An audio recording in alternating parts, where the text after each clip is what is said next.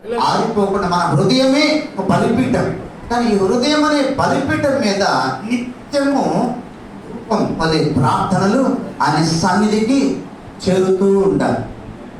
దేవాది దేవుని సన్నిధికి నిత్యము ప్రార్థనలు ఆ తండ్రి సన్నిధికి ఎప్పుడైతే చేరుతూ ఉంటుందో, అగ్నిలాగా మండుతూ ఉన్నప్పుడు, దేవుని యొక్క అగ్ని చేత మనం మండించబడుతూ ఉన్నప్పుడు, బయట చెత్తరాని రకరకాల ఆర్ఎస్ఎస్లు కావచ్చు, ఎన్ని రకాల పరిస్థితులు మన మీద చెత్తేస్తూ ఉన్నా, అగ్ని మండుతూ ఉన్నప్పుడు చెత్తపడు ఇంకా మండుతూ ఉంటుంది. అది ఇంకా మండుతూనే ఉంటుంది, కానీ అది ఎన్నడూ ఆగిపోదు. అందుకని పౌలు గారు తిమోతితో మాట్లాడుతూ ఉంటాడు. తిమోతి రాసిన 2వ పత్రిక 1వ అధ్యాయం 6వ వచనంలో పౌలు గారు జైల్లోకి వెళ్ళినప్పుడు ఇద్దరు కలిసి, పౌలు తిమోతి చాలా బలమైన పరిచయం చేసిన సమయంలో, పౌలు గారు ఎప్పుడైతే మరి జైల్లోకి వెళ్ళిన తర్వాత ఒక్కసారి తిమోతికి ఏమనిపించింది? నిరుత్సాహము, వేదన, బాధ, ఎన్ని రకాల పరిస్థితులు ఎదురయ్యి.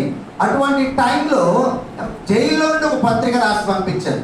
ఏమంటే, నా హస్త నిక్షేపణ ద్వారా వచ్చిన కృపావరమును ప్రజ్వలింప చేయుడి.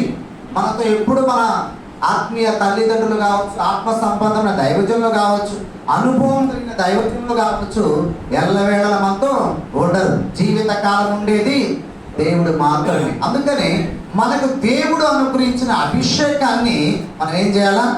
ప్రజ్వలింప చేసుకుంటూ ఉండాలి. దాన్ని ఆరుకోవడానికి మనం ప్రయత్నం చేయకూడదు. అందుకని ఆ దీపం మన హృదయంలో వెలిగించిన ఆ దీపము నిత్యము ప్రార్థనల ద్వారా, కృతజ్ఞత అర్పణల ద్వారా ఆయన సన్నిధులు ప్రజల కొరకు, ప్రాంతాల కొరకు, మనకు దేవుడు అప్పగించబడిన పని నిమిత్తము అన్నో దినము నిత్యము ప్రార్థన చేస్తూ ఉండాలి.